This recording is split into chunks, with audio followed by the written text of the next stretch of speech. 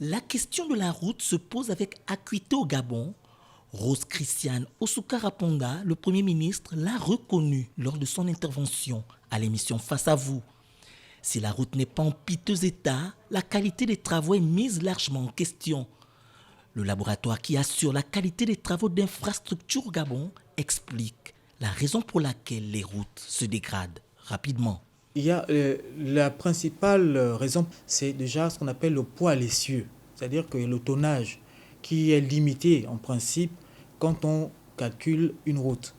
Par exemple, on dit dans nos calculs de route, on prend 13 tonnes à l'essieu, d'accord? Mais il arrive que certains véhicules dépassent ce chargement-là, ce qui fait que à long terme va arriver des dégradations prématurées.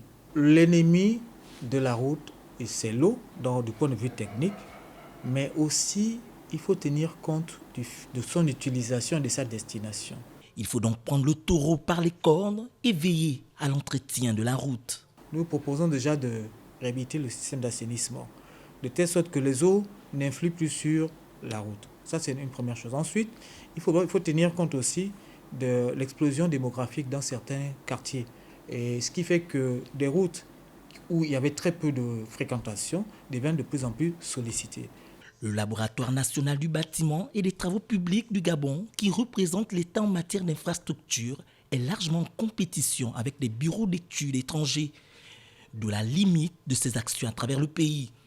La surveillance de la qualité de la route échappe en grande partie à cette entité.